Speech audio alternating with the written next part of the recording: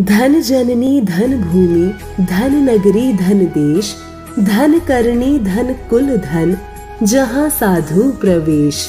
जगत गुरु तत्वदर्शी संत रामपाल जी महाराज जी के अवतरण दिवस पर दिनांक 6 से 8 सितंबर 2025 को नेपाल सहित भारत के 12 सतलोक आश्रमों में 3 दिवसीय महासमागम का आयोजन किया जा रहा है। इस पवित्र अवसर पर 3 दिवसीय अखंड पाठ, विशाल भंडारा, विशाल सत्संग समारोह जैसे कई भव्य कार्यक्रम होंगे। साथ ही नेत्र जांच शिविर और दंत चिकित्सा शिविर का भी आयोजन किया जा रहा है, जिसमें निशुल्क नेत्र जांच और दांतों का इलाज किया जाएगा, जिसमें आप सभी नगर व ग्राम वासियों को इस विशाल अद्वितीय भंडारे में सादर आमंत्रित किया जाता है। कृपया आप इस विशाल भंडारे व सत्संग में परिवार सहित पधार कर इस आयोजन की शोभा बढ़ाएं। इस दौरान आपकी सेवा में उपस्थित रहेंगे सर्व संगत सद्गुरु रामपाल जी महाराज।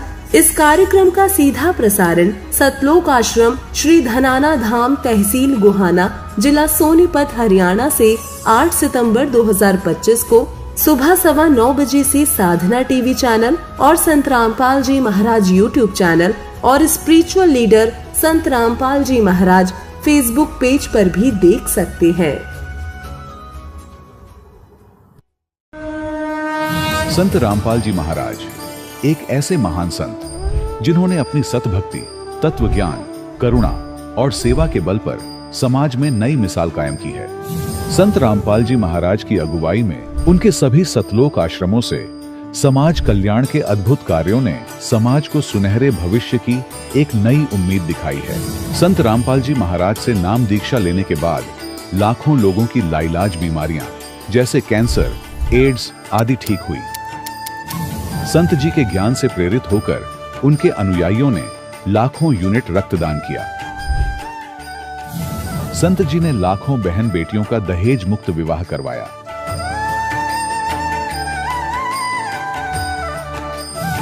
संत जी ने लाखों लोगों का नशा छुड़वाया, करोड़ों उजड़े परिवार बसे। संत जी के आश्रमों में समागम के दौरान निःशुल्क नेत्र चिकित्सा, दंत चिकित्सा प्रदान की जाती है, जिससे बड़े स्तर पर वृक्षारोपण किया जाता है। संत जी ने जरूरतमंदों को तत्काल राहत पहुंचाने के लिए एम्बुलेंस सेवा शुरू की। संत जी अपने अनुयायियों को देहदान के लिए प्रेरित करते हैं, जिससे मानवता की सेवा और चिकित्सा क्षेत्र में सुधार हो सके। संत रामपाल जी महाराज के सभी आश्रमों में हर रोज निशुल्क भंडारा आयोजित किया जाता है, जहां हर वर्ग, हर जाति और हर धर्म के लोग एक साथ बैठकर भोजन करते हैं।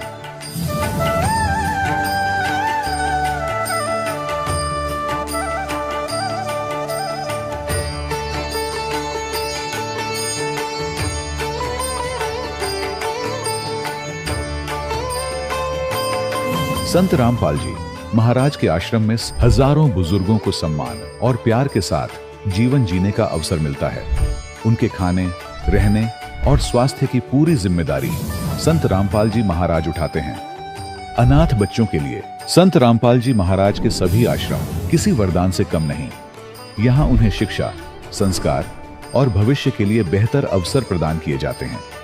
चाहे बाढ़ हो, भूकंप या महामारी, संत रामपाल जी महाराज और उनके अनुयायी हमेशा ही जरूरतमंदों के लिए सबसे आगे खड़े रहते हैं।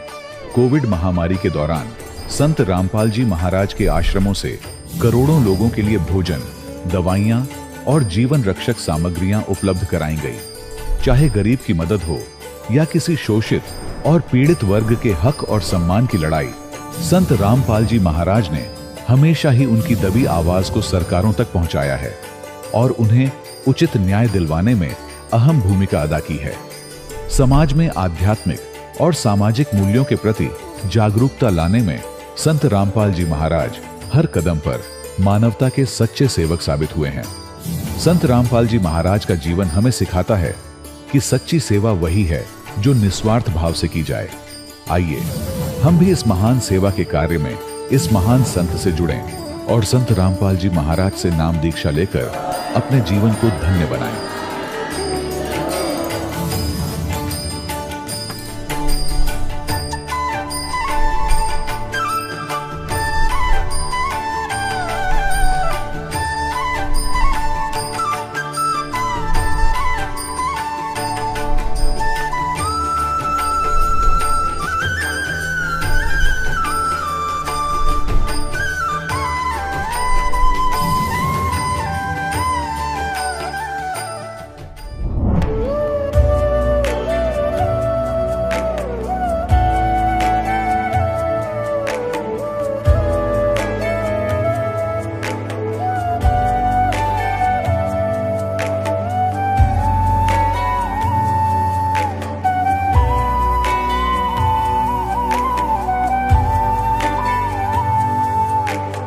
गीता अध्याय 15 के श्लोक 16-17 में 3 प्रभु बताए हैं। ये 3 प्रभु कौन हैं? किस प्रभु की शरण में जाने के पश्चात जन्म और मरण समाप्त हो सकता है? 3 प्रभुओं में सबसे उत्तम परमात्मा कौन है? कैसा है? उसका क्या नाम है? इन सभी गूढ़ रहस्यों को जानने के लिए अवश्य सुनिए जगत गुरु तत्वदर्शी संत रामपाल जी महाराज के अमृत वचन। सत साहिब दर्शकों, जब भक्ति का हर मार्ग अपनाने के बाद भी मन को चैन ना मिले और जीवन दुखों से भरा रहे तो क्या हो? दर्शकों, ऐसी ही कहानी थी पंजाब की रहने वाली नीना जी की। नीना जी वर्षों तक बीमारियों से जूझती रहीं। नीना जी ने अपने जीवन में हर वो भक्ति विधि अपनाई थी जिसे समाज में लाभदायक बताया जाता है। इन्होंने मंदिरों और गुरुद्वारों में इस उम्मीद से माथा टेका कि जीवन से दुख दूर हो जाए, लेकिन अफसोस इनके हालत सुधरने की बजाय बिगड़ते ही चले गए। लेकिन दर्शकों, आज नीना जी का कहना है कि जब से मैंने संत रामपाल जी महाराज से नाम दीक्षा ली है और उनकी बताई भक्ति विधि को अपनाया है, तब से मेरी जिंदगी में एक चमत्कारिक परिवर्तन आया है। अब न सिर्फ मेरी बीमारियां खत्म हुई हैं, बल्कि मुझे मानसिक शांति भी मिली है। दर्शकों, आखिर संत रामपाल जी महाराज के पास ऐसी कौन सी भक्ति है जो वह असर कर रही है, जहां हर कोशिश नाकाम हो गई थी? क्यों नीना जी आज संत रामपाल जी महाराज को ही भगवान मान रही हैं? आइए सुनते हैं नीना जी की कहानी, उन्हीं की जुबानी। बहन जी नमस्कार। सत साहिब जी। क्या नाम है आपका? नीना। कहाँ से हैं आप? जी मैं पटियाला पंजाब से आई हूँ। लीना जी, संत रामपाल जी महाराज से कब जुड़े आप? जी मैं संत रामपाल जी महाराज जी की शरण में 1 जून 2014 को जुड़ी हूँ, उनकी शरण में आई हूँ। संत रामपाल जी महाराज से नाम दीक्षा लेने से पहले आप क्या भक्ति साधना करते थे? उससे पहले तो मैं आपको डिटेल में बताऊंगी जी। जैसे बचपन मेरा जैसे बीता, मैं 2 साल की थी तो मैं सड़ गई थी। मेरी ये लेफ़्ट जो आर्म है पूरी बर्न हो गई थी, चाय में गिर गई थी। तो उसके बाद मैं कॉन्टीन्यूसली बीमारी रहने लगी थी। कभी बुखार चढ़ जाना, मतलब टिल ग्रेजुएशन तक मैं बीमार रहती थी, फीवर होता था मुझे, और डॉक्टर की समझ में कुछ नहीं आता था कि इसे प्रॉब्लम क्या है। मेरे फादर साहब ने बहुत टेस्ट करवाए मेरे अमृतसर में, तब मैं अमृतसर में थी, तो टेस्ट में कुछ भी नहीं आता था। हर तरह के टेस्ट करवा लिए थे, लेकिन रिपोर्ट ठीक होती थी, लेकिन मैं बीमार होती थी। लेकिन उसके बाद धीरे धीरे मतलब एक चीज़ होता था कि मैं कैसे ठीक होंगी। मेरे पापा लाल किताब का भी ज्ञान रखते थे, तो उस हिसाब से वो ज्योतिष विद्या, वो उपाय वगैरह करवाते रहते थे। तो उन्होंने मेरे लिए बुखार के लिए भी उपाय करवाते थे, लेकिन मुझे कोई आराम नहीं होता था।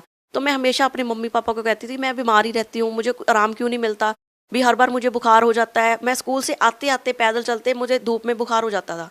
तो घर आते और डेली मेरे पापा बड़े परेशान होते थे, भी इसका कुछ नहीं होता, ये क्या कैसे होगा। फिर मेरे बाल भी झड़ गए थे सिर के सारे जब मैं 3-4 साल की थी। तो मेरे मम्मा ने ब्यास से नामदान लिया था मेरे होने के 1 साल बाद।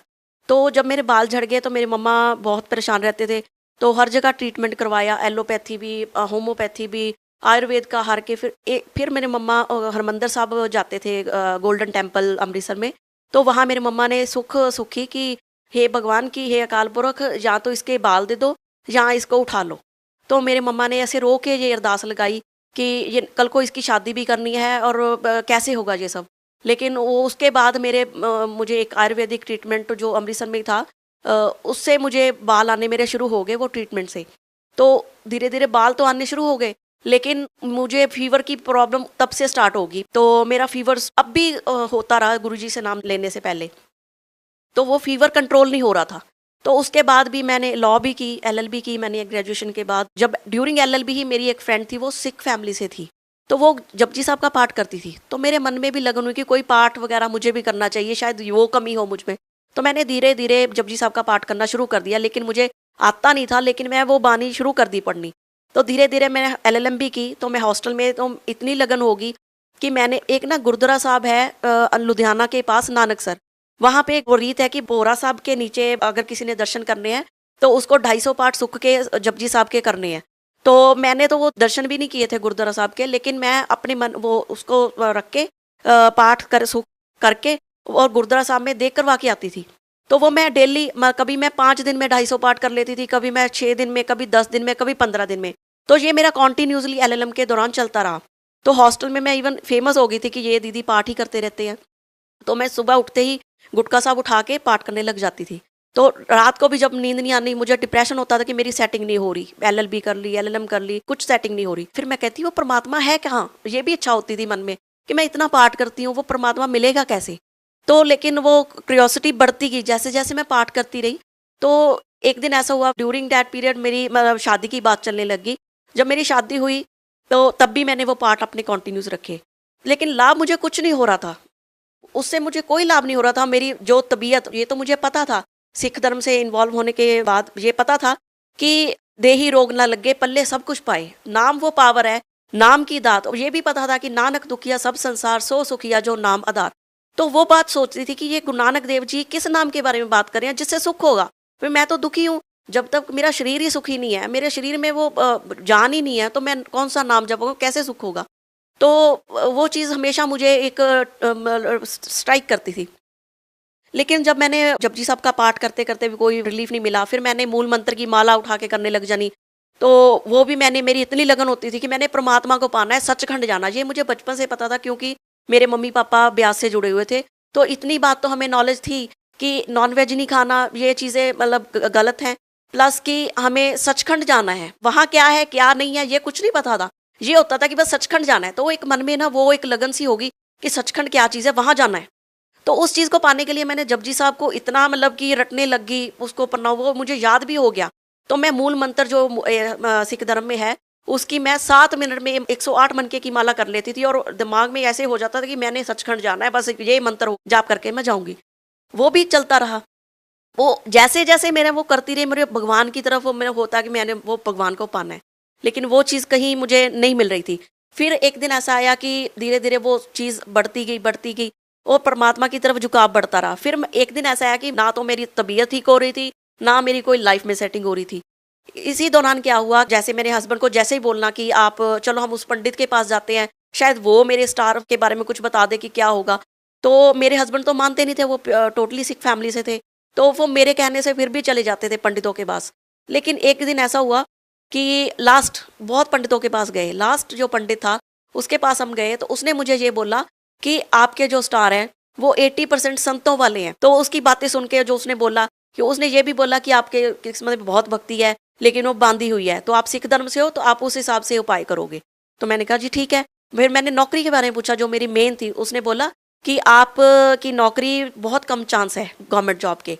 मेरे हस्बैंड ने पूछा कितने % चांस है, तो उसने बोला कि 40 और 60 की रेशो है। हमने कहा 40 पॉजिटिव है या नेगेटिव, कहते 40% पॉजिटिव है, 60 नेगेटिव। तो हम फिर शौक में आ गए कि ये तो फिर सेटिंग नहीं कोई होएगी तो ऐसे। तो उसने मुझे ये बात बोली कि आपको एक गॉड फादर मिलेगा, तो आप उसकी शरण में चले जाओगे तो उसके बाद आपकी सब सेटिंग है। तो मुझे उसने थोड़ी आस होगी कि उसने मुझे ये भी बोला था कि आप डेली अरदास किया करो, कि जो भी अरदास करनी डेली देसी घी की जोत लगा के आप करो। तो फिर मैंने उनके हिसाब से मैंने जोत लगा के गुरु नानक देव जी की, क्योंकि मेरे इष्ट गुरु मैं गुरु नानक देव जी को मानती थी, तो मैंने उनके आगे देसी घी की जोत लगा के तो डेली अरदास जो क्या करनी चाहिए थी वो मैं करती नहीं थी, और जोत लगा के जो मेरी अरदास होती थी वो मैं ये करती कि हे अकाल पुरख मुझे वो नाम की दात बख्शो, क्योंकि गुरु नानक देव जी ने ही बोला है भी आप ही तो बोलते हो कि नानक दुखिया सब संसार सो सुखिया जो नाम आधार। तो मुझे वो नाम की दात बख्शो, वो मुझे चाहिए। तो मैं ये डेली अरदास करती थी, और ये ऐसे हुआ कि मैंने 50 के दिन ये अरदास करी और डेली करती थी सुबह शाम। तो मैंने सुखनी साहब का पाठ करना शुरू कर दिया था। उधर से मेरे हाथ में ज्ञान गंगा पुस्तक भी आ गई थी, मेरे पापा ने मुझे दी थी, तो मैंने उसको उधर से मैंने PCS के पेपर भी दिए हुए थे। तो लेकिन उधर से मुझे निराशा मिल गई थी, 4-5 नंबर से मैं रह गई थी, तो मैं फिर डिप्रेशन में थी, मेरी सेटिंग नहीं हो रही। तो मैंने जब ज्ञान गंगा पुस्तक पढ़नी शुरू कर दी, उधर से मैंने सुखनी साहब का पाठ करती थी। तो जब मैंने सुखनी साहब का पाठ करना, तो मुझे ये होता था कि मैंने पाठ पढ़ना नहीं है, इसको समझना है। तो मैंने उसकी जो अष्टपदियाँ होती थी उसको पूरा डिटेल में धीरे धीरे आधा की आम जो एक सिख है वो आधे घंटे में इस पाठ को कर लेता है, लेकिन मैं 2.5 घंटे लगाती थी उस पाठ को पढ़ने के लिए, हर चीज़ समझ के। तो जब मैंने वो पाठ में ना वो चीज़ आती थी ब्रह्म ज्ञानी के लक्षण, ब्रह्म ज्ञानी जाने, ब्रह्म ज्ञानी का मतलब वो सारी जो ब्रह्म ज्ञानी, उसके बाद एक पार ब्रह्म की बात करी हुई थी। तो मैं सोचती थी कि ये ब्रह्म ज्ञानी और पार ब्रह्म ये क्या फ़र्क है, ये दोनों चीज़ें क्या है। तो मन में बहुत सारे सवाल उठते थे कि पार ब्रह्म के बारे में अलग लिखा ये क्या है, और ब्रह्म ज्ञानी की पूरी महिमा बताई हुई है। तो ये मैं संतों के बारे में बहुत सुना था, कोई ब्रह्मलीन संत लिखा हुआ है, किसी ने कोई ब्रह्म ज्ञानी संत लिखा हुआ है, कोई कहता है 1008 ब्रह्म ज्ञानी, मतलब इस तरह टाइप से सुना था तो पता नहीं था। तो धीरे धीरे क्यूरियोसिटी बढ़ी। उधर से मैंने ज्ञान गंगा में गुरु जी का जो ज्ञान दिया हुआ है उसमें मैंने पढ़ लिया कि पार ब्रह्म और पर ब्रह्म में क्या फ़र्क है। तो जैसे जैसे सुखनी साहब में जो बातें लिखी वो मुझे सारी गुरु जी की ज्ञान गंगा पुस्तक पढ़ने से समझ आ गई। संत रामपाल जी महाराज की शरण में कैसे पहुंचे आप? हाँ जी, जब मैंने ये ज्ञान गंगा पुस्तक मैंने 1-2 महीने पढ़ी, 1-2 महीने से भी कम ही पढ़ी। पहले पहले तो ये ज्ञान इतना मतलब डीप नॉलेज है तो ऊपर से निकल रही थी कि मैंने इंटरनेट पे सर्च जरूर करती थी हर संत को लेके। तो मैंने संत रामपाल जी महाराज के बारे में इंटरनेट पे जाके पूरी सर्च करी थी और उधर से ज्ञान गंगा बुक भी पढ़ती थी। तो जब मैंने देखा कि ये जो ज्ञान दिया है ज्ञान गंगा पुस्तक में, तो उसमें क्योंकि मेरे इष्ट गुरु गुरु नानक देव जी थे, जब मैंने वो बात पढ़ी कि गुरु नानक देव जी ये नाम जाप करके सचखंड गए हैं, तो मेरे मन में तो पहले सचखंड जाने का था। तो अगर गुरु नानक देव जी ने ये नाम जाप किया है तो मैं भी सचखंड जरूर जाऊंगी। और मुझे लगा कि ये संत ऐसे हैं, क्योंकि मेरे माइंड में संतों के बारे में कुछ अच्छे विचार नहीं होते थे। मुझे होता था, मैं इवन मेरी सारी फैमिली ब्यास जाती थी तो मैं मेरे हस्बैंड से कहती थी कि मैंने ब्यास नहीं जाना, चाहे जो मर्जी हो जाए, गुरु जरूर बनाना है। और गुरु किसको बनाए, हम ये डिस्कशन करते थे भी गुरु बनाना तो बहुत जरूरी है, कहते गुरु के बिना नहीं जाना चाहिए। तो गुरु किसको बनाए, मैं ये कहती थी कि गुरु तो मैं देख के बनाऊंगी, पूरा उसको पहले देखूंगी जानूंगी, उसके बाद ऐसे नहीं देखा देखी मैंने किसी को गुरु नहीं बनाना। जैसे लोग ब्यास के लिए भेड़ चाल चली हुई है कि ब्यास जाओ नाम ले आओ, बस उससे आके कुछ नहीं। तो ये चीज़ एक थी कि ब्यास नहीं जाना, और बाकी संत मुझे पसंद नहीं थे। तो एक था कि मैं पहले जाके देखूंगी। तो मैंने जब ज्ञान गंगा पढ़ी तो मैंने कहा ये संत ने मतलब बहुत अच्छी नॉलेज दी है। सतगुरु रामपाल जी महाराज जी की मैंने जो नॉलेज पढ़ी भी इन्होंने बताया हुआ है कि जो नॉलेज है ग्रंथों से निकाल के ये नाम बता दिया। तो मैंने कहा भी ऐसे संत मैंने देखे नहीं है, ना मेरे कभी सुना है। हजारों संतों के बारे में सुनते, कोई आशुतोष, कोई कुछ मतलब मुझे तो नाम भी याद नहीं। तो मैंने जब ये मैंने इन संतों के दर्शन जरूर करने हैं, क्योंकि मन में एक अभिलाषा दर्शन की शुरू हो गई थी। तो मैंने कहा भी एक बार जरूर जाना। इतने संतों के पास, इतने ज्योतिषियों के पास में भटक चुकी थी। तो मैंने अपने हस्बैंड को बोला कि ये लास्ट टाइम है, अब आज के बाद मैं फिर कहीं नहीं जाने को बोलूँगी, ना किसी ज्योतिषी के पास की, ना किसी बाबा के पास, ना किसी संत के पास। ये लास्ट मौका है। तो कहते कि चलो देखते हैं, भी तुम तो हर बार ही ऐसे कह देती हो। मैं कहा नहीं, इस बार फाइनल है, अब नहीं जाएंगे कहीं। तो उधर से मैंने दिल्ली जुडिशरी का एग्ज़ाम भरा हुआ था 1 जून 2014 को। जब मैंने वो एग्ज़ाम भरा था तो मेरी तैयारी तो नहीं थी, क्योंकि मैं डिप्रेशन में थी पहले ही, मुझे नींद नहीं आती थी, रात भर जागती रहती थी। तो जब मेरे हस्बैंड ने बोला कि नहीं पेपर तो देना है, जो मर्जी हो जाए पेपर देने जाना है। तो मैंने कहा अगर जाना है ना तो आश्रम लिखा है तो वही पंचकुला के पास है, तो हम वहाँ भी चले जाएंगे, या तो जाने पेपर से पहले या बाद में। तो फिर प्रोग्राम बन गया कि हाँ हमने जाना है। तो पेपर में जब मैंने 1 जून 2014 को पेपर में बैठी, पेपर दे रही थी दिल्ली में, तो मेरा ध्यान पेपर में बिल्कुल भी नहीं था। मेरा था कि मैं सतगुरु रामपाल जी महाराज जी के दर्शन करने हैं। तो जब पेपर में मेरा मन नहीं लग रहा था कि फटाफट पेपर खत्म हो और मैं पहुंच जाऊं सतलोक आश्रम।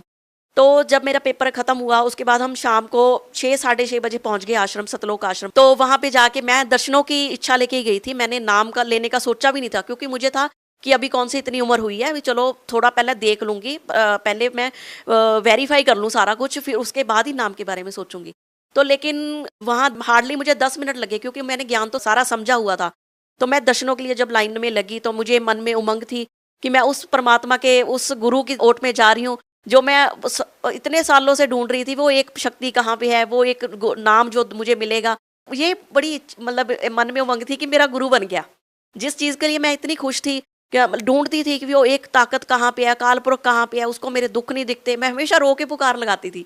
मुझे अब हंसी आती है, तब तो मैं बहुत रोती थी, रो के कहती थी कि हे काल पुरख तुम्हें मेरे दुख नहीं दिखते, कि मैं इतनी दुखी हूँ, तो मैं आपको हमेशा रो के पुकार लगाती हूँ, रोती हूँ, इतनी तड़पती हूँ, तो आप कहाँ पे हो। तो उस दिन वो उमंग थी, जो खुशी थी, वो मेरे चेहरे पे झलक रही थी पूरी। और संत रामपाल जी महाराज जी के जब मैंने दर्शन किए तो गुरुजी भी बहुत खुश हुए, इवन जितनी भी संगत थी वो सब हैरान हो गए। कहते कि गुरुजी तो आपसे मिलके बहुत खुश हुए। मैंने बच्चों के जैसे प्रार्थना लगाई गुरुजी के आगे कि परमात्मा आप तो अंतर्यामी हो, आपको सब कुछ पता है, आपको मेरे दुखों का पता है, और आप बस अपनी कृपा करो। तो गुरुजी ने बड़ा प्यार भरा आशीर्वाद मेरे सिर पे हाथ रखा, और परमात्मा ने मुझे आशीर्वाद दे के, मैंने आपको सच में बताती हूँ, मैं 1% भी झूठ नहीं बोल रही हूँ। जब मैं वापस आई आश्रम से, रात के हम 2 बजे चंडीगढ़ खरड़ पहुँचे, तो और मैं 3 दिन तक मेरी वो डिप्रेशन पता ही नहीं कहाँ गया। मैं 3 दिन तक खाना बनाया, खाया, सो गए। ये 3 दिन चला, खाना खाया मतलब सो गए। इतना सोई मैं कि सदियों से सोई नहीं थी। सोने के बाद फिर 3 दिन बाद मैंने वो सारा जो गुरुजी ने हमें नित्य नियम, रमैनी, सारा कुछ जो भी डेली रूटीन का जो पार्ट दिया था वो सारा शुरू किया। और विद इन 1 वीक ही मुझे उसका इफेक्ट पता चल गया और मैं इतनी खुश रहने लगी कि मैं उस सतगुरु की शरण में आ गई हूँ, जो सतगुरु हमें सब सुख दे सकता है। संत रामपाल जी महाराज से नाम दीक्षा लेने के बाद आपको क्या लाभ मिले? सबसे पहला लाभ तो यही है कि मोक्ष का रास्ता मिल गया। वो तो हमारा फर्स्ट लाभ तो यही है। दूसरा लाभ कि मैं एट प्रेजेंट मैं एक गवर्नमेंट जॉब में हूँ और क्लास 1 ऑफिसर हूँ। और उसके बारे में गुरुजी ने मुझे पहले ही बता दिया था, मेरे स्वप्न में आके मॉर्निंग सब कुछ बता दिया था कि आप ये ठीक है। आगे भी बहुत वचन किए, भी आप बहुत बड़े अफसर बनोगे, ये भी परमात्मा ने बोला। तो लेकिन अब ये चीज़ इच्छा कोई नहीं है अफसर बनने की या कुछ जज बनने की, किसी चीज़ की इच्छा नहीं है। अब तो ये है कि भक्ति करें और यहाँ से पार होए। और जो संसारिक लाभ है वो तो भक्ति के साथ ऑटोमेटिकली पूरे हो रहे हैं। कहाँ मेरी कोई भी इनकम नहीं थी, मतलब 0 इनकम थी। मैं हमेशा सोचती थी कि मेरी कोई इनकम नहीं, इतना पढ़ लिख गई हूँ, 1 रुपये की इनकम नहीं है। प्लस मेरे मदर को हार्ट की प्रॉब्लम हो गई थी। वो उन्होंने 30 साल से ब्याज से नाम लिया हुआ था, लेकिन इतने बीमार रहने लग गए थे कि उनकी प्रॉब्लम भी डायग्नोज नहीं हो रही थी। जब उनकी प्रॉब्लम गुरुजी से नाम दीक्षा लेने के बाद, संत रामपाल जी महाराज जी की शरण में आने के बाद उनकी प्रॉब्लम डायग्नोज हुई विद इन 2 मंथ्स।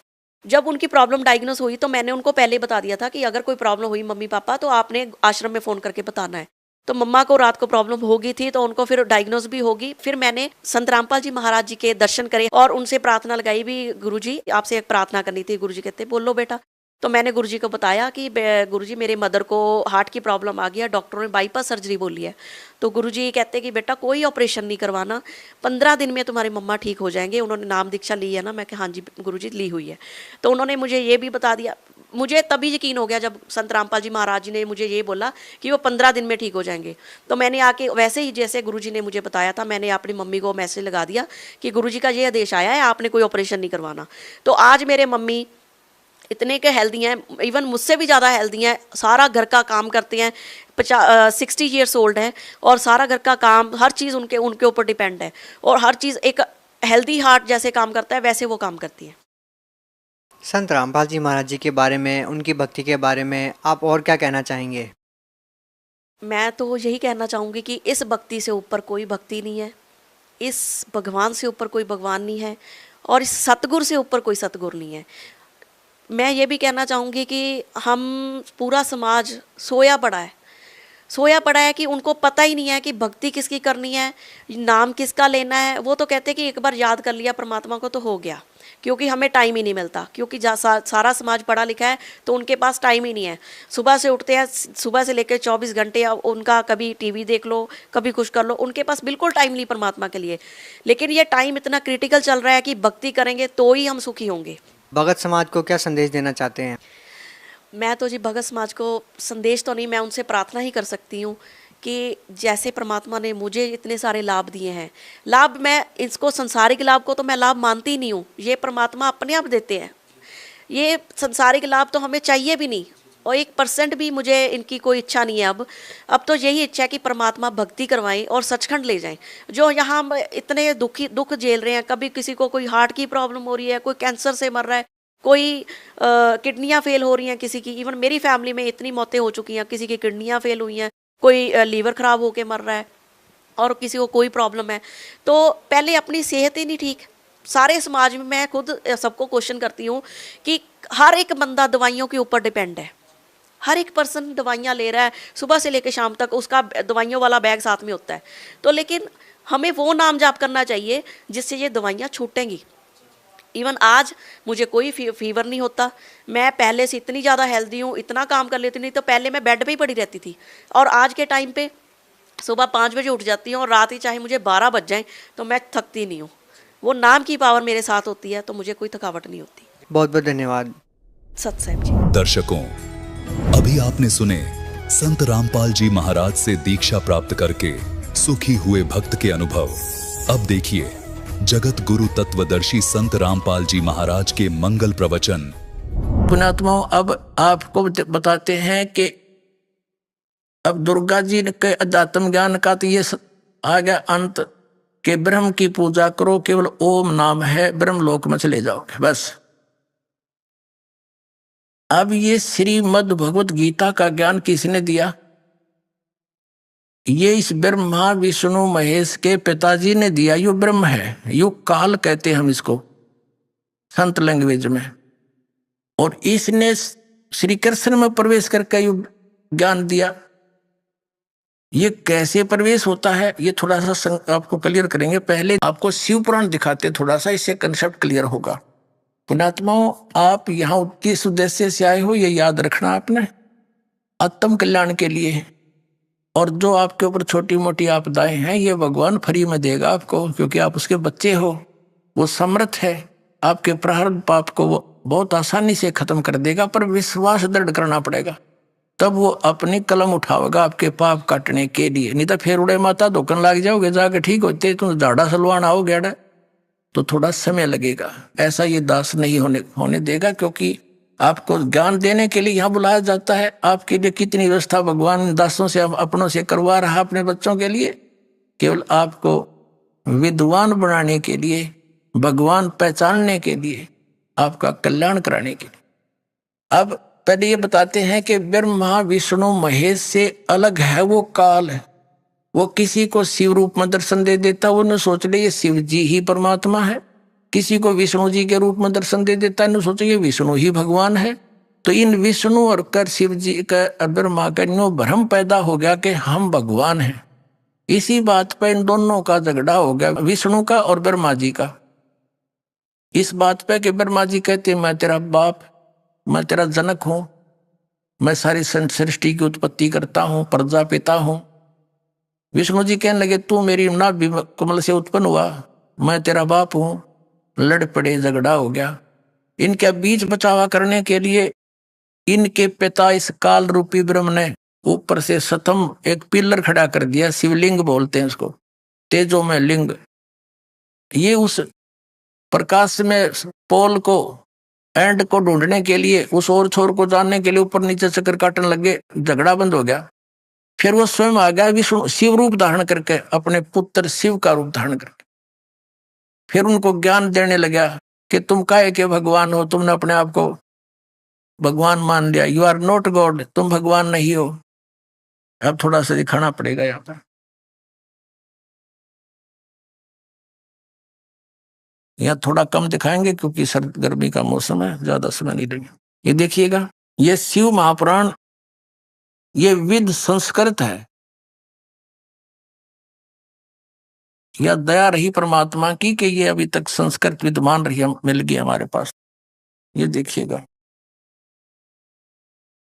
ये श्री शिव पुराण, इसके अनुवादक हैं विद्यावरिधि पंडित ज्वाला प्रसाद जी, मिस्र कृत हिंदी टीका सहित।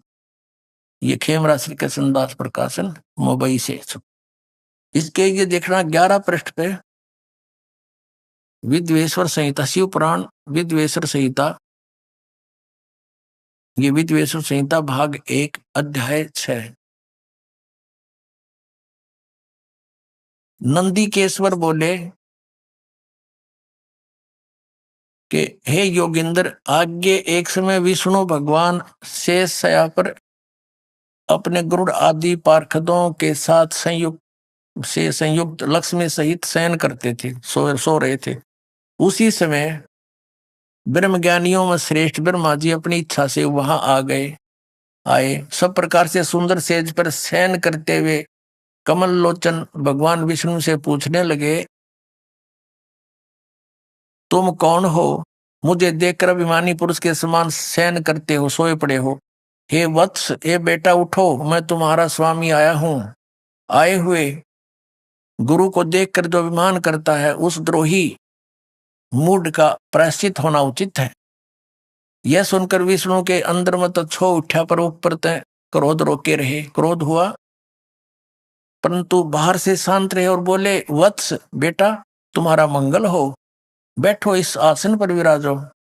इस समय तुम्हारे नेत्र कुटिल और मुख वक्र क्यों है, यानी टेढ़ा मुंह क्यों कर रहा है, आंखें तरे रहा। तो ब्रह्मा जी बोले, वत्स बेटा विष्णु आपको समय के प्रभाव से अभिमान है। हे पुत्र, मैं तुम्हारा रक्षक और जगत का पिता मैं हूं। विष्णु जी बोले, ये सब जगत मुझ में स्थित है। तुम चोर के समान किस प्रकार अपना कहते हो? तुम मेरी नाभि कमल से उत्पन्न हुए हो, इससे मेरे पुत्र हो। मुझे पुत्र कहना बढ़ता है। अब घना नहीं सुनाता, आगे चलते हैं। आगे एंड के बाबू मैंने आपको बता दिया। इनका क्या हुआ, इनका झगड़ा हो गया, देवता फूल बरसाने लग गए। वो देवता राजी हो गए, वो देखो बड़ा अच्छा काम कर रहे हैं, ये हमारे देवताओं के काम है, ये थोड़ा दिखा दूं ना, यो रहेगा अधूरा काम। मैं श्रेष्ठ हूं, मैं स्वामी हूं, ऐसा कहकर एक दूसरे को मारने की इच्छा से युद्ध करने के लिए उत्सुक हो गए। संपूर्ण देवता विमान में बैठकर उस महा अद्भुत युद्ध देखने को चले आए और आकाश में उनके ऊपर फूल बरसाने लगे। बताइए, हमारे देवताओं के काम है। देवता कहें अच्छी आत्माओं को, नेक पुरुषों को। अब दो भाई लड़ रहे हैं और ऊपर तो दूसरे नो के शाबाश, देखो कौन सा हारा जीतेगा, मरो कटके है। ये हमारे देवताओं के लक्षण। और ये हमारे भगवान तो एक नो का मैं तेरा बाप, रो नो का मैं तेरा बाप, गुट्टम गुट्टा। चौथी कक्षा के बालक लड़ा करें, ये ऐसे ऐसी ऐसी बुद्धि उनकी होती है। और टीचर कहता उनको बुलाकर, क्यों झगड़ रहे थे? एक कहता जी इन्होंने बोला तेरा बाप, मैं तेरा बाप। दूसरा कहता ना जी इसने पहले कहा था है। और गुट्टम गुट्टा एक दूसरा पुड़ता पाड़ रखे। इन भगवानों की पूजा करने को ये हमारे धर्म गुरु शंकराचार्य बताया करते। और ये बताइए हमारे जो है ना, इसी को लूम डाल रखा है। अब ये भगवान नहीं है, दास नहीं कह रहा, इनका इतिहास कह रहा। देखिएगा इसी आगे चल के प्रश्न नंबर 17 पे, शिव पुराण 17 पृष्ठ, ये है विद्वेश्वर संहिता अध्याय 9।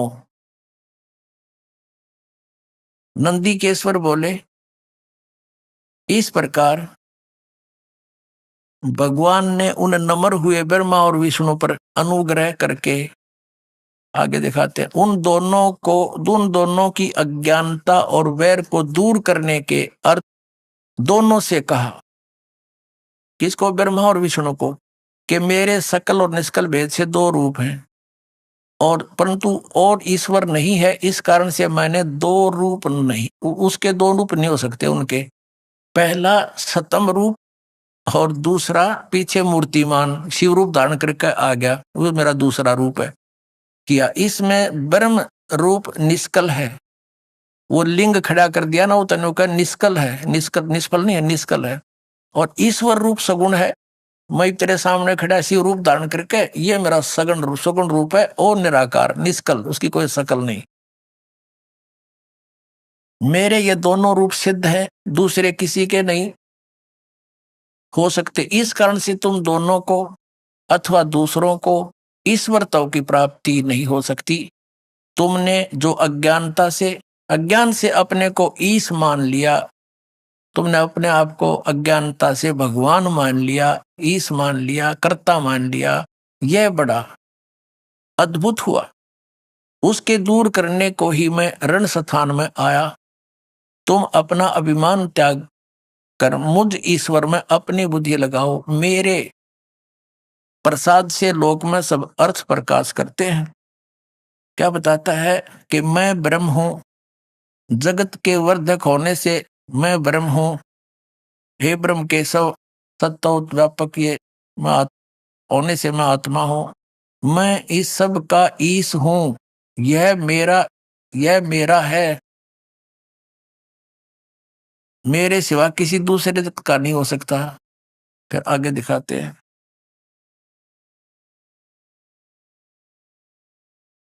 अब ये 18 पृष्ठ पे हम पढ़ेंगे। 18 पृष्ठ पे आगे हैं, 10वां अध्याय, 9वां यहाँ समाप्त हो जाएगा। होता है इति श्री महापुराणे विद्वेश्वर संहिता भाषा टीकायाम 9वां अध्याय, ये 10वां शुरू होगा। 10वें के हम यहाँ पर आते हैं।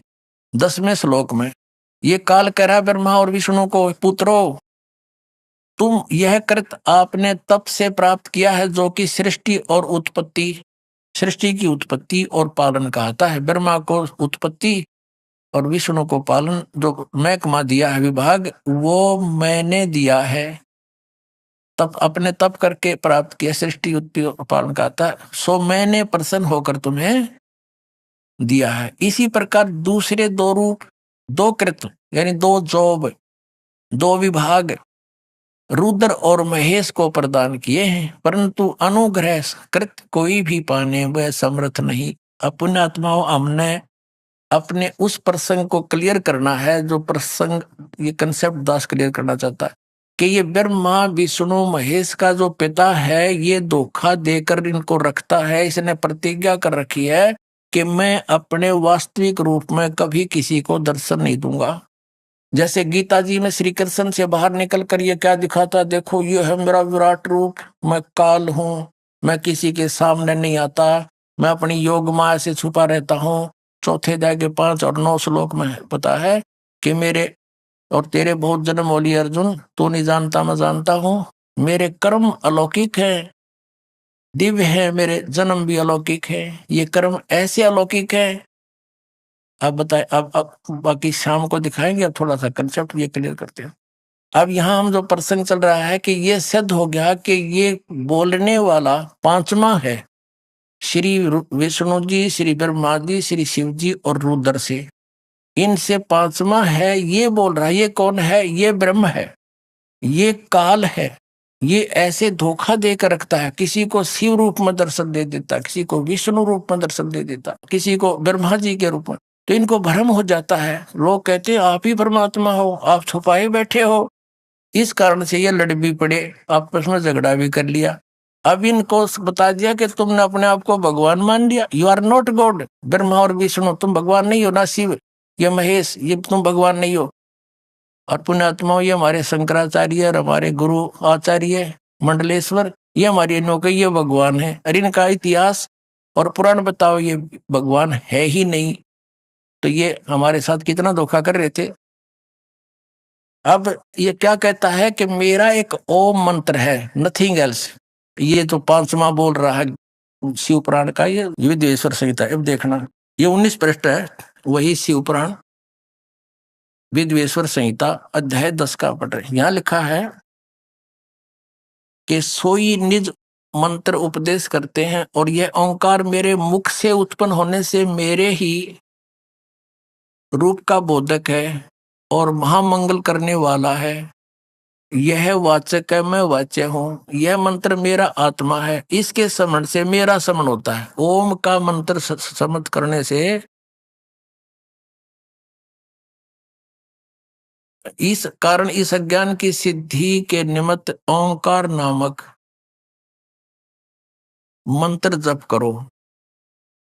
जो बता रहे हैं तुम भगवान नहीं हो, इसलिए उसके बारे में मंत्र जप करो। अभिमान का, यह अभिमान का दूर करने वाला है। सोई निज मंत्र उपदेश करते हैं, यह ओंकार मेरे मुख से उत्पन्न होने से मेरे ही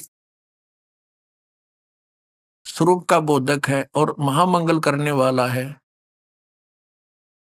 यह वाचक है, मैं वाच्य हूँ। यह मंत्र मेरा आत्मा है, इसके समन से मेरा समन होता है। ठीक हो गया। उत्तर की ओर से के मुख से अकार का, पश्चिम के मुख से उकार का, दक्षिण के मुख से मकार का, पूर्व के मुख से बिंदु का, मध्य के मुख से नाद का नाद उत्पन्न हुआ है। इस प्रकार 5 प्रकार से यह निर्गत हुआ। वह सब एक होकर ओम एका अक्षर हो जाता है। ये मेरा मंत्र है, सीधी सी बात है। ये ओम एका अक्षर ये मेरा मंत्र है। कौन कहता है? ये शिव प्राण बोलने वाला, जो ब्रह्मा और विष्णु को पुत्र कहता है, तो ये इनका पिता है। ये काल रूपी ब्रह्म है, और इसी ने गीता जी का ज्ञान दिया है श्री कृष्ण जी में प्रवेश करके। गीता जी अध्याय नंबर 8 के श्लोक नंबर 13 में गीता ज्ञानदाता ब्रह्म कहता है ओम इति एकाक्षरम। जो एकाक्षर आपने भी पढ़ा शिव पुराण में विद्वेश्वर संहिता में, कि ये मेरा एक ओम अक्षर एक अक्षर है। इन सब से मिलकर ओम, ऐसे, ऊ से, मैं से, बिंदु, नाद से, इन 5 का ये गठन होकर एक अक्षर हो गया। और यही 8वें अध्याय के 13वें श्लोक में गीता ज्ञानदाता ये ब्रह्म श्री कृष्ण में प्रवेश करके बोल रहा है। श्री कृष्ण का कोई रोल नहीं गीता के ज्ञान में, ये ऐसे धोखा देता है। तो इसने कहा कि ओम इति अक्षरम ब्रह्म व्यवहारण माम अनुसमरण ये परियाति तदंदेहम सयाति परमाम गति।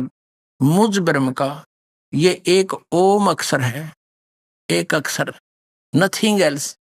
उच्चारण करके सिमरण करने का, उच्चारण करके सिमरण करता हुआ यह परियाति तदंदेहम, जो शरीर छोड़ते समय इसका जाप करता जाता सयाति परमाम गति, जो इस ओम से मिलने वाली परम गति है वो प्राप्ति होती है। वो दुर्गा जी ने देवी पुराण में बताई दिया 7वें स्कंद में कि ओम का जाप करो, ब्रह्म टारगेट उद्देश्य इष्ट मानो। ये ब्रह्म का जाप है, ओम मंत्र है, इसके जाप से ब्रह्मलोक में चले जाओगे, तुम्हारा कल्याण हो। इतना सा ये बता दिया। अब श्रीमद् भगवद गीता अध्याय नंबर 8 के श्लोक 16 में कहा है कि ब्रह्मलोक पर्यंत ये सभी पुनरावृत्ति के अंदर हैं, वहां गए हुए प्राणी भी जन्म मृत्यु में आते हैं। और गीता ज्ञानदाता चौथे अध्याय के 5 और 9 श्लोक में, दूसरे अध्याय के 12वें श्लोक में, 10वें अध्याय के दूसरे श्लोक में गीता जी में कहता, अर्जुन तेरे और मेरे बहुत जन्म हो चुके, तू नहीं जानता मैं जानता हूं।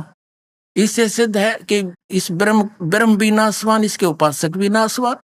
इसलिए ये कहता है कि तत्वदर्शी संत की खोज कर, और वो तत्वदर्शी संत की जब खोज कर लेगा, मेरे बात को तुम आश्रय बना लेगा इस बात का, तो फिर वो प्राणी मेरे इस बात के, इस ज्ञान के आश्रित होकर के 7वें अध्याय के 29वें श्लोक में कहा कि वो जो जरा और मरण से छूटने का ही प्रयत्न करते हैं और कोई संसार की इच्छा नहीं रखते, इसी उद्देश्य से जो भक्ति कर रहे हैं, जरा माने बुढ़ापा, मरण माने मृत्यु, बुढ़ापा और मृत्यु के कष्ट से छूटने के लिए जो यत्नशील हैं, वो उस तत्ब्रह्म को और सारे अध्यात्म को और सारे कर्मों से परिचित हो चुके हैं, तभी वो उस जरा और मरण के छूटने के लिए ही उस तत्ब्रह्म को पहचान चुके हैं, उसकी भक्ति करते हैं। 8वें अध्याय के प्रथम श्लोक में अर्जुन ने पूछा, फिर किम तत्ब्रह्म, जो गीता ज्ञान दाता से अन्य है वो तो 8वें अध्याय के 3रे श्लोक में उत्तर दिया गीता ज्ञान दाता ने 3रे श्लोक में कि वो परम अक्षर ब्रह्म है। उसकी जानकारी मुझे नहीं है, उसको तत्वदर्शी संतों से पूछो जा करके, वो बताएंगे। और 17वें अध्याय के 23वें श्लोक में उस परम अक्षर ब्रह्म के पाने की साधना का मंत्र बताया है, ओम तत्सदिति निर्देश ब्रह्मणर्विद समर्थ। वो सचिदानंद घन ब्रह्म परम अक्षर ब्रह्म के पाने का 3 मंत्र की साधना है। साधना पुण्यात्माओं अलग चीज होती है और प्राप्य वस्तु उस साधना का परिणाम होता है। जैसे हम हैंडपंप से जल निकालने के लिए प्रयत्न करते हैं, बोकी मारते हैं, पाइप करते हैं, हैंडपंप लगाते हैं, तो हमारी वो पूजा नहीं, वो साधना है, वो प्रयत्न है। उससे जो वस्तु प्राप्त होगी वो हमारा इष्ट है, वो प्राप्य है। तो इन 3 मंत्रों से ओम तत्सत, ओम ये ब्रह्म का जाप है और तत् और सत ये सांकेतिक शब्द है अक्षर पुरुष और परम अक्षर ब्रह्म के। गीता जी अध्याय नंबर 15 के श्लोक नंबर 1 से 4 में बताया है कि उल्टा लटका संसार रूपी वृक्ष है, इसके ऊपर को जड़ है, वो तो पूर्ण परमात्मा है, वो गुप्त है, और नीचे के 3 गुण रूपी शाखा है। गीता ज्ञानदाता ने इतना ही बता दिया। कहते जो इस पूरे संसार रूपी वृक्ष के सभी विभागों को बता देगा, स वेदविद, वह वेद के तात्पर्य को जानने वाला है, वो तत्वदर्शी संत है। ये पहचान बता दी तत्वदर्शी संत की, जो 4थे अध्याय में 34वें श्लोक में जिससे ज्ञान जानने के लिए कहा। फिर ये भी बताया है कि परमेश्वर ने स्वयं आकर 600 वर्ष पहले कबीर परमेश्वर ने कहा था, अक्षर पुरुष एक पेड़ है, क्षर पुरुष वा की डार और 3 देवा शाखा है, ये पातरूप संसार। तो भगवान स्वयं भी थे, वो तत्वदर्शी संत भी थे, क्योंकि वो मालिक है, वो सब भाषाओं को जानते हैं और वो परम तत्व से परिचित थे। अब उस समय इन्होंने नकार दिया। अब क्या बताता है, 3 गुण रूपी रजगुण ब्रह्मा, सतगुण विष्णु, तम गुण शिव जी, ये तो शाखाएं हैं इनकी संसार रूपी वृक्ष की, ये वैसे अभिन्न अंग है हमारा। तो फिर क्या बताया है 15वें अध्याय के 4थे श्लोक में, तत्वदर्शी संत की प्राप्ति के उपरांत परमेश्वर के उस परम पद की खोज करनी चाहिए जहां जाने के बाद साधक फिर कभी लौटकर वापस नहीं आते संसार में, वो पूर्ण मोक्ष प्राप्त करते हैं। और जिस परमेश्वर से सारे संसार रूपी वृक्ष की प्रवृत्ति विस्तार को प्राप्त हुई है, यानी जिसने सारे ब्रह्मांडों की रचना की है, और मैं भी उसी की शरण हूं, उसके अतिरिक्त कोई साधना किसी की नहीं करनी चाहिए, उसकी भक्ति करो। 18वें अध्याय के 62वें श्लोक में कहा कि अर्जुन तू सर्वभाव से उस परमेश्वर की शरण में जा, उसकी कृपा से तू परम शांति और सनातन परम धाम यानी उस सतलोक को प्राप्त होगा, तेरा पूर्ण कल्याण होगा। तो पुण्यात्मा, अध्यात्म ज्ञान कंप्लीट है, ना ब्रह्मा को ज्ञान, ना विष्णु को, ना शिव को और ना दुर्गा को और ब्रह्म को भी नहीं। वो कहता है उस तत्वदर्शी संतों को पूछो, तो वो तत्वदर्शी संत ये दास है जब पहचाना जाता है। बोलो सतगुरुदेव।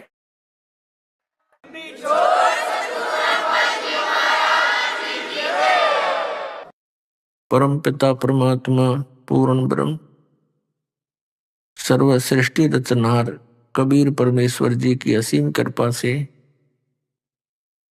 आप पुण्यात्माओं को सत्संग सुनने का सुअवसर प्राप्त हुआ।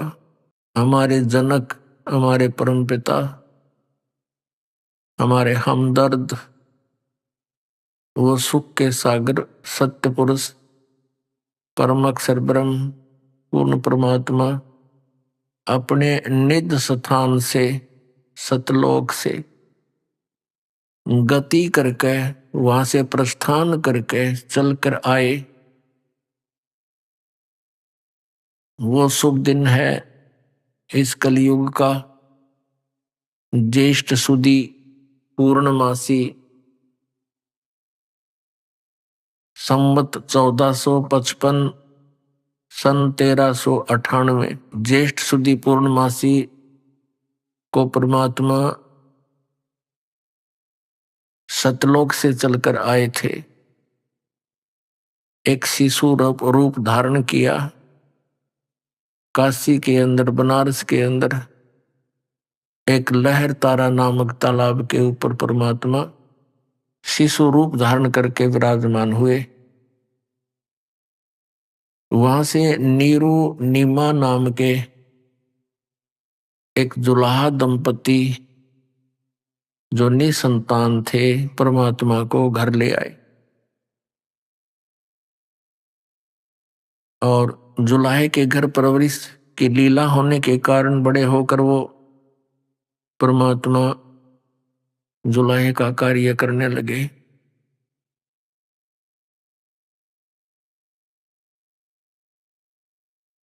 पुण्यात्मा, हम काल के जाल में फंसे हुए हैं और वो परमात्मा आकर ही हमें यह सतर्क करते हैं कि मनुष्य जीवन तुम्हें प्राप्त हुआ और मनुष्य जीवन को प्राप्त करके आप जी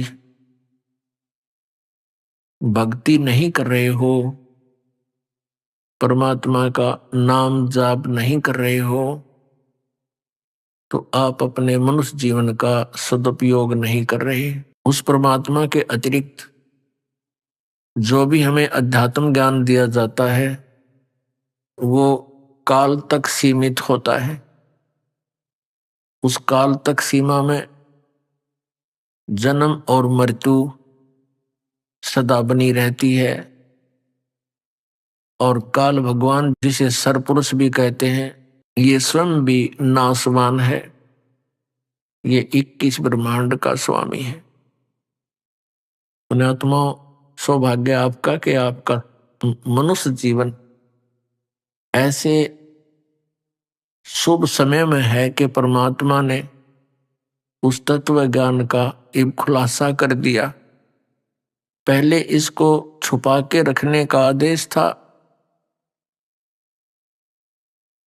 जिन भी महापुरुषों को प्रभु मिले, परमेश्वर मिले, उनको अपनी समर्थता से, अपने सतलोक निज स्थान से और इस तत्व ज्ञान से परिचित कराया था और उनको साथ में ये भी कह दिया था कि अभी इस ज्ञान को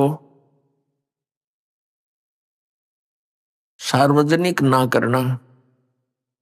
इसलिए उन महापुरुषों ने पद्य भाग का ही सहारा लिया, पद्य भाग में ही सब ज्ञान को बोला।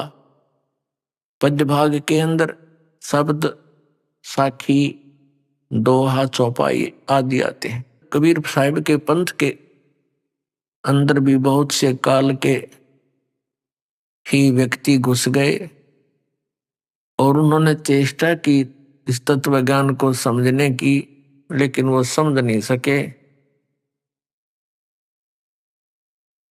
और परमात्मा ने कहा था, धर्मदास मेरी लाख दुहाई कि ये मूल ज्ञान कहीं बाहर ना जाए। मूल ज्ञान बाहर जो पढ़ी बिचली पीढ़ी हंस नीतर ही, ये बिचली पीढ़ी अब शुरू है।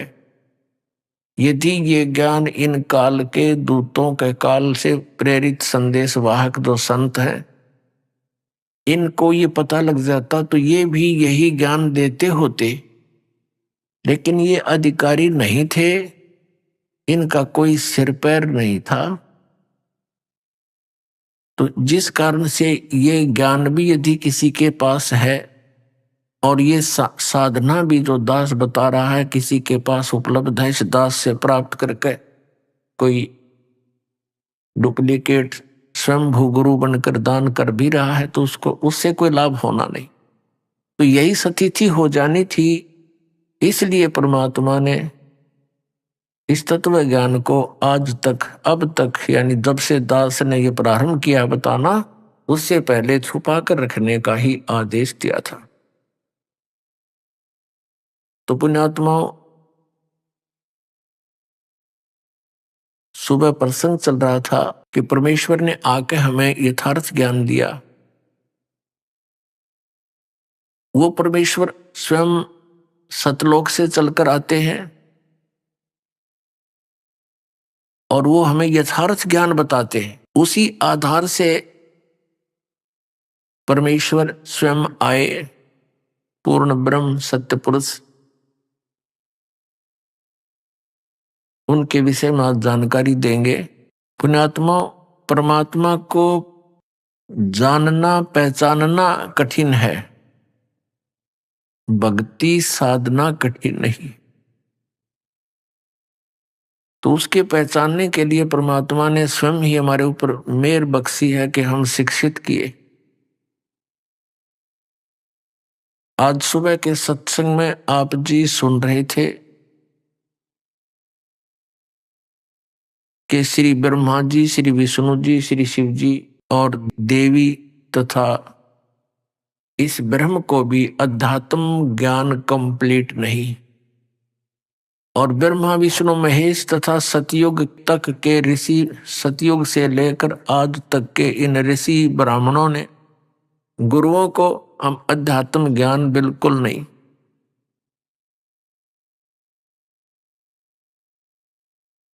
और परमेश्वर 600 वर्ष पहले जब कलयुग में आए, लगभग 600 वर्ष पहले यानी 1398 में,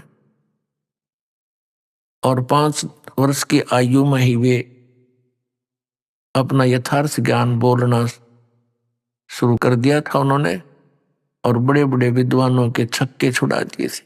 तो उसमें इन्हीं नकली गुरुओं ने, हमारे हिंदू धर्म के गुरुओं ने, मुसलमान धर्म के मुल्ला और काजियों ने परमात्मा के इस यथार्थ ज्ञान को जनता तक नहीं आने दिया। ये बीच में ही टांग अड़ाए रखा और कहते रहे कि कबीर अशिक्षित है, जुल्हाए के घर में इसका जन्म है, ये क्या जाने सदग्रंथों के अंदर गूढ़ रहस्यों को, ये झूठ बोलता है। पुण्यात्मा, परमात्मा 600 वर्ष पहले क्या कहा करते, वो बताया करते थे कि ये तीनों देवता, रजगुण ब्रह्मा, सतगुण विष्णु, तमगुण शिव जी, ये नासवान हैं, इनकी जन्म मृत्यु होती है। और श्री देवी जी दुर्गा इनकी माता है और काल रूपी ब्रह्म ज्योति निरंजन इनका पिता है। अभी आपने सुने संत रामपाल जी महाराज के मंगल प्रवचन। आइए अब सुनते हैं संत रामपाल जी महाराज से नाम दीक्षा लेकर सतभक्ति करके अद्भुत लाभ प्राप्त करने वाले अनुयायी के विचार। दर्शकों, क्या हो जब मनुष्य पूरे विश्वास के साथ अपने धर्म में बताई गई हर भक्ति साधना को करे, पूजा पाठ करे, व्रत उपवास रखे, लेकिन फिर भी न तो उसके जीवन में कोई शारीरिक सुख हो और न ही उसके दुखों का अंत हो रहा हो। दर्शकों, ऐसी ही कहानी थी हरियाणा की रहने वाली नेहा जी की। नेहा जी ने हिंदू धर्म में प्रचलित तमाम भक्ति विधियों को अपनाया और यह सोचा कि शायद इससे उन्हें मोक्ष मिलेगा और उनके जीवन के कष्ट समाप्त होंगे।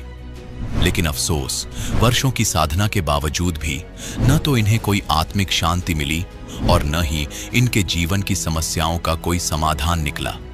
जब इतनी भक्ति साधना करने से नेहा जी को कोई लाभ नहीं मिला तो इन्होंने डेरा सच्चा सौदा पंथ का भी दरवाजा खटखटाया, लेकिन अफसोस इन्हें वहां से भी निराश होकर लौटना पड़ा। लेकिन दर्शकों, आज नेहा जी का कहना है कि जब से मैंने संत रामपाल जी महाराज द्वारा बताई गई शास्त्र आधारित भक्ति विधि को अपनाया है, तब से मेरे जीवन के सारे शारीरिक और मानसिक कष्ट पूर्णतः समाप्त हो गए हैं। आखिर क्यों नेहा जी ने डेरा सच्चा सौदा पंथ को छोड़कर संत रामपाल जी महाराज को अपना गुरु बनाया? आखिर इसके पीछे की सच्चाई क्या है? आइए सुनते हैं नेहा जी की यह सच्ची कहानी उन्हीं की जुबानी। क्या नाम है आपका? मेरा नाम नेहा है। कहाँ से आए हैं आप? मैं गांव पलवल, जिला कुरुक्षेत्र, हरियाणा से आई हूँ। संत रामपाल जी महाराज से नाम दीक्षा लेने से पहले आप क्या भक्ति साधना करते थे? सतगुरु रामपाल जी महाराज की शरण में आने से पहले मेरे मम्मी और मेरे पापा ने, मतलब मेरे पूरे परिवार ने ही डेरा सच्चा सौदा श्री सवाली जो गुरमीत राम रहीम जी है उनसे नाम ले रखा था।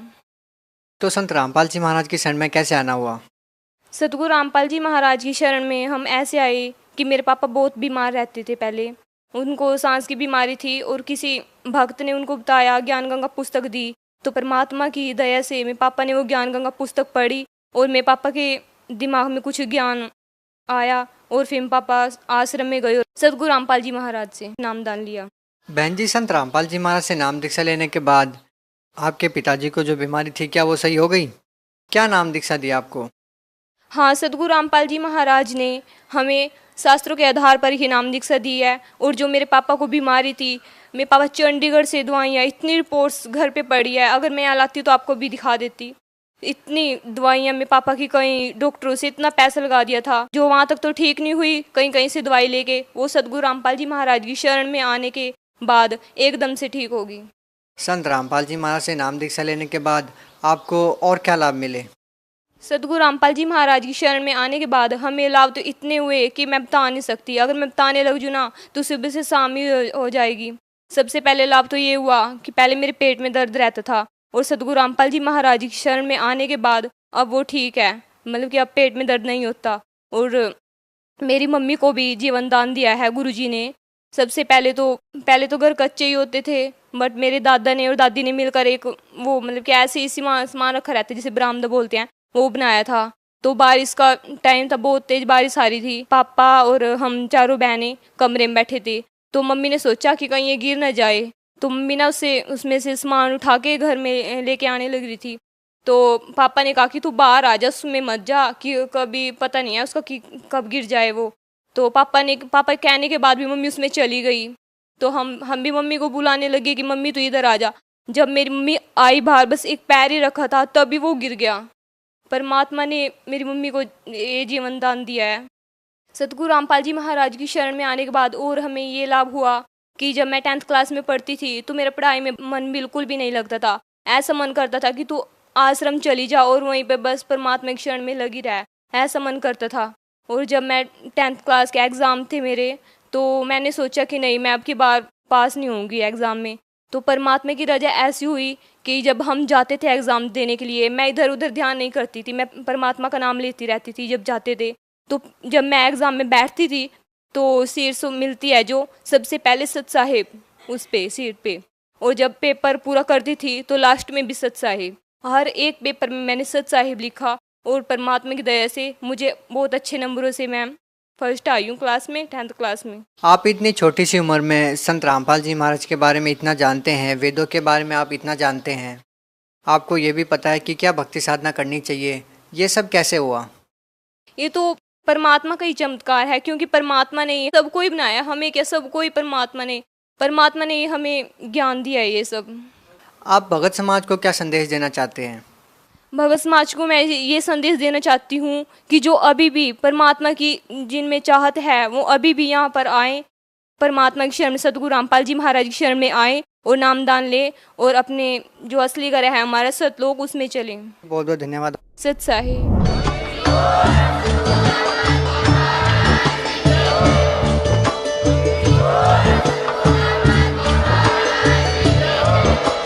आप सुन रहे थे जगत गुरु तत्वदर्शी संत रामपाल जी महाराज जी के मंगल प्रवचन। अधिक जानकारी के लिए विजिट कीजिए हमारी वेबसाइट www.jagatgururampalji.org। संत रामपाल जी महाराज जी के शुभ आशीर्वाद से पूरे विश्व भर में 500 से भी ज्यादा नाम दीक्षा केंद्र हैं, जिन पर संत रामपाल जी महाराज जी द्वारा ऑनलाइन निशुल्क नाम दीक्षा दी जा रही है। अपने नजदीकी नाम दीक्षा केंद्र का पता करने के लिए संपर्क करें 8222880541।